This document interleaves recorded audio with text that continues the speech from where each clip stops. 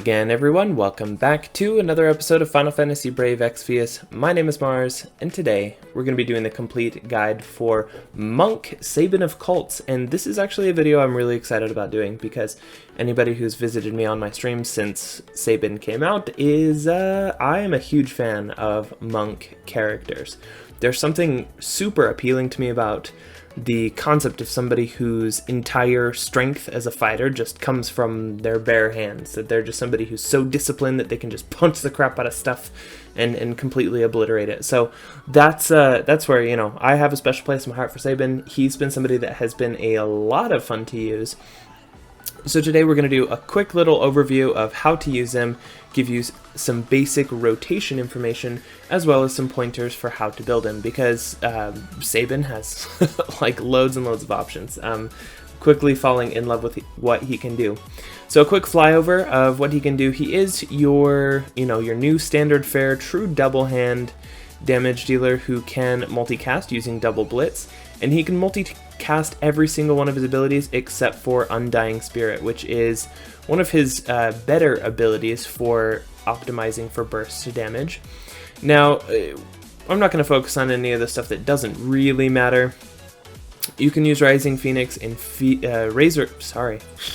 Rising Phoenix and Razor Gale, these two fire and wind abilities, to chain with a Stardust Ray family, which is pretty small right now, but it is growing, and it is AoE. However, with Sabin, the modifiers are not super high, so you're probably not going to use them a lot unless you're just clearing AoE waves. He does have another couple of support abilities which are nice. The first one is Chakra. This restores HP and MP, cures Poison, Blind, and Silence for all allies, so it is pretty handy for managing stuff like that, and you can multicast it, which is cool. He also has Soul Spiral, which cures a bunch of stuff for all allies, and it brings himself down to 1 HP. And you'll be like, why would you want to do that? But Sabin and Edgar share a unique trait between the two of them, that when their HP drops below a certain point, I believe it's this passive, yeah, it changes the effects of their LBs. So in Sabin's case, when he is below 20% HP, the damage modifier for his limit burst on the following turn goes super high, which is where the cooldown skill Undying Spirit also comes into play, because he consumes his own HP, boosts his attack, and completely fills his limit burst gauge, and casts re-raise on himself. So this is a good way to prep yourself for really big burst damage. So you just activate it like that, and you'll see it brings his HP down to 19%, so it crosses that threshold. And we'll go ahead and, oh wait, no, that's not an Imperil skill. This one is, I think. So we've got them ready to roll. Last turn they brought their HP down to 20 or beneath 20%, so now their LB damage is boosted, and we can go ahead and just pop that LB in. Now, a lot of people are like, oh, this limit burst isn't very good because it breaks in the middle, as you'll see, but it still does some really ridiculous damage.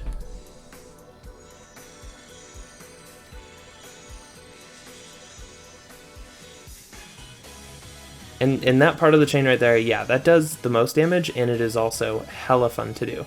So, while he may not chain perfectly from beginning to end with that ability, it does do like a really ridiculous amount of damage. So yeah, it's all good. It's basically very Esther-y in terms of, alright, you just power up and then you blast through a single target with your limit burst.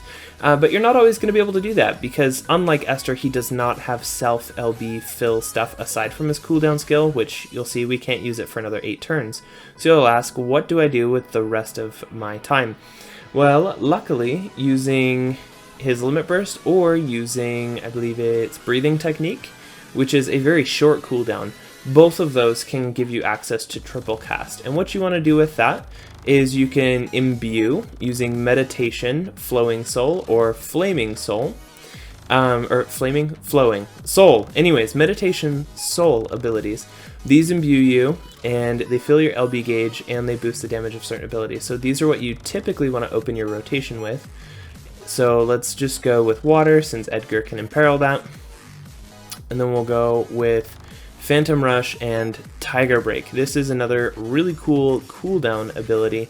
This one is also pretty short, and it has a really big modifier, with the drawback that it is a multi-hit quasi-finishing skill, so you can self-finish on it a little bit sometimes, maybe. It's a little bit dicey, as you'll see here in a second. So let's do Flowing Soul again. Oh yeah, it was Flowing Soul, sorry. Flowing Soul, Phantom Rush, Tiger Break. And the reason why you want to do Phantom Rush is so that you have a chain leading into the Tiger Break, so we'll see if we can make this chain at all. Oh yeah, that like didn't chain at all. But as you'll find out, it still does a crazy amount of damage. It's better when you're able to do a follow-up turn like this, because you could do Breathing Technique, which will unlock triple cast for another turn, and then Phantom Rush. And Phantom Rush is the AT chaining family, and it has the... It does not have stacking damage, which for some people they'll be like, oh heck yes, this is good. If Sabin goes down, I don't have to worry about losing stacks. But of course the drawback is you don't generate stacks in the first place. So kind of a trade-off there. I like not having to worry about losing stacks. So yeah, that breathing technique, that'll buff yourself. That'll give you the ability to triple cast again. And you can just keep triple casting with your AT skill over and over again until you have your limit burst available. Do keep in mind that if you are triple casting a lot, you will probably start running out of MP pretty quickly. So yeah, you just want to make sure that you are good to go on MP if you are using him as an AT chainer. Otherwise, you can re-prep for burst damage. If you're like, okay, I have my LBs ready this turn or next turn, you can go ahead and Soul Spiral for both of them, and then it will bring their HP below 20%. And that will buff the damage of their LB on the following turn. So we'll go ahead and do that again. And you can multicast that ability. So one thing that you're able to do is you're able to cast that with like a self-imbue or something like that if you don't have it ready to go. It just gives you a lot of flexibility to just really lay down the smack. It really is such a cool limit burst. Yeah, I'm a huge fan. That's just ridiculously fun. So, anyways, that's basically a brief overview for the sort of abilities that he has and how you can use them. I definitely recommend trying to prioritize your limit burst whenever it is available. If you can spam it back to back or, you know, every other turn or something like that, you're going to get a ton of damage outgoing. Otherwise, you can totally fill with, like, let's do another... Where did it go? Phantom Rush and Tiger Break like this. And this will also give you some really amazing damage in between your limit burst turns. So we can go ahead and activate that again. We'll see if we can get it better this time. Yeah, because the problem with Tiger Rush is that it does oftentimes break the chain, but the modifier on it is so high that it kind of doesn't really matter. Especially where your limit burst is where most of your damage is coming from. Now, one other thing to mention, if you feel like being cheeky, one thing you can do if you don't want to use Sabin's turn to bring down his HP, you can dual cast Graviga on your own party, and it will bring Sabin, and everybody else, down beneath the 20% threshold. So you are able to do that if you do want to really beef out your LB without having to require Sabin to activate his cooldown ability, or his self HP reduction. So overall, it's super fun. Anybody who likes Esther's playstyle, you will also like Sabin's playstyle. They are very, very similar in a lot of ways. But yeah, that's basically it for an overview. There is basically a rotation that you can follow that will maximize your damage under different circumstances. However, a rotation doesn't really help you. And the reason is because bosses are just going to screw around with your rotation. It's going to be like, oh, well, the boss has mitigation for 5 turns, so what good is a rotation? The nice thing with Sabin is that you can use it like a priority system. So if your LB is ready and your HP was not below 20% and you will be able to attack next turn, go ahead and use a skill that brings down your HP below 20%. Easy. If your HP was below 20% this turn or last turn, and the boss is ready to receive damage, then go ahead and unleash the LB. As long as you're imbued. If you're not imbued, you got to do that too. And then if your LB is down, or if the boss is not vulnerable, or the boss is resistant to damage, or you're looking to just maintain a little bit of chip damage or things like that, that's when you start filling with your ability rotation, which will include Phantom Rush, finishing with Tiger Break, and then if you need to activate Triple Cast, you can use Breathing Technique, and that will remove your breaks, give some modifier boosts, and increase your attack. So I think it does that. Nope, I lied. Doesn't increase your attack, just removes breaks, restores your HP, and gives you triple attack. So go into that rotation if your LB is not ready or if you can't use an LB.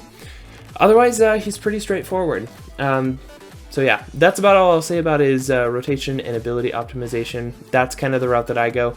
I've found that, you know, you can basically only follow a 10-turn rotation perfectly against a dummy. Like, oh, I have my LB up at the perfect time, and I followed this thing exactly. Like, in an actual fight, it tends to be a lot stickier than that.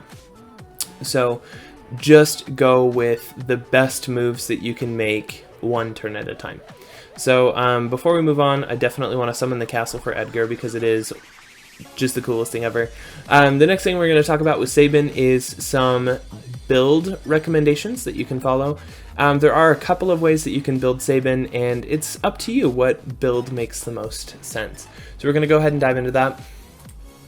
The first build I would like to look at is kind of your high-end build. Now, on this build, you'll see obviously we have an inordinate amount of STMRs. This is kind of just to show you the high end of play with Sabin, like what you can get at the best, you know, if you were Dire level, or formerly the player formerly known as Dire level of equips and stuff like that, you're able to bring some of these into play. But most people don't have all these STMRs. This is what it looks like at a high end of play. What you will notice is that he has Sledge Tonfa equipped, and this is the only two-handed fist currently available in the game. But that's about to change this week with Regina's banner, so anybody who's using Sabin, absolutely go for the 4-star base unit on the banner that has the fists. I think her name is Amber. That TMR is going to be best in slot for most Monk Sabin of Kolts builds most of the time. Now, here's another example of a build that maximizes for limit burst damage. In these cases, you want to make sure that you've got a Lion's Heart if you have it, or using Heart Overcoming Hatred if you don't, as well as War Goddess Insignia.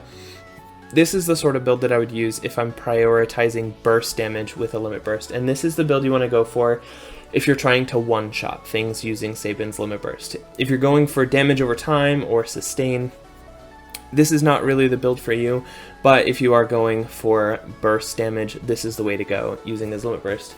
And one thing you'll notice is that Sabin is also really tanky. Just like Esther, just like Zeno, Sabin is a really tanky character, especially in the spirit department. He has the highest base spirit of any of our current meta damage dealers, which I think is awesome.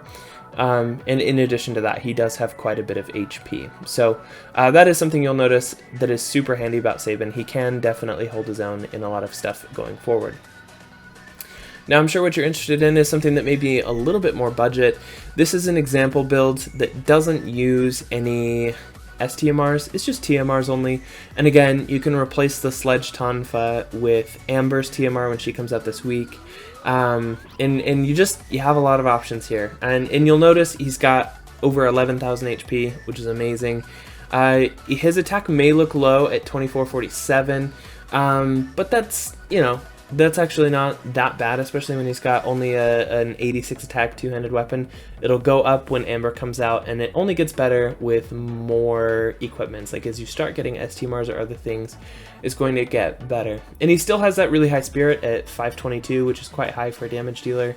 And yeah, that's kind of the build I would aim for if you don't have a Sabin to go with, or you don't have STMRs to go with. Now, one of the things that is also something to keep in mind is that Sabin can also do spear builds. And so if you're one of the fortunate few that have Sid or Nalu's STMR, you can actually equip him to do wind or thunder damage. Now, of course, you'll be at the disadvantage of having fewer passives activated by not using a fist weapon, but you will have an innate element that gives you double hand variance, and it's got very, very high attack. So there are definitely cases where keeping in mind a spear build, depending on what equipments you have available, can be better than a fist build. I would say general purpose Monk Sabin of Kolts, you want to go for a two-handed fist. That's going to be Amber's TMR starting this week. So if you got Sabin, get that TMR. And then just keep an eye out for situations where thunder or wind might be favored, and you can use those two spear STMRs for that. Now he can also equip flails and staves and hammers, but there are not very many good two-handed options for those weapons, and that's why I kind of omitted those. But fists are what you're going to want to go with. Spears are your next option. And I guess the only other thing to keep in mind with Monk Sabin of Kolts, if you're using him on a team, the thing that he does not bring to the table that some of the other meta damage dealers do is a imperil. He does imbue himself with water and fire, which is great, but you're going to need somebody who can imperil that for him. So if you happen to get King Edgar on your chase for Sabin, you've got your water imperil covered. Otherwise, you can use someone like Auron to cover your water imperils. Anyway, or your fire imperils, sorry. So whoever you want to use for it, whatever you have, make those work. And that's about it. That's Monk Sabin of Kolts in a nutshell. He's somebody who's surprised me a lot, and I wasn't really like looking forward to him. I was like, Axstar is so cool looking, I gotta have him. And Sabin is someone who has surprised me, because I thought, you know, when you watch JP, you don't always understand what's going on over there, because it's all in Japanese, and people are interpreting the game in their own ways. And, you know, I thought, well, maybe the units that come after Axstar, nobody talks about them because they're not that good. But that's not true. If you happen upon a Sabin of Kolts, he's probably going to be better than Axstar in most situations because he's tankier, because he's a little bit more budget friendly in terms of two-handed weapons, and because he's a badass. I just like him a lot. So, anyways, let me know down in the comments what you think of Monk Sabin of Kolts. If you're a huge fan of Sabin and you want to find other Sabin friends to use, go ahead and find us in the Discord, and you can find other people who are looking for Sabin friends as well. And let me know what you guys would like to see in the next video, and that's where I will see everybody next time.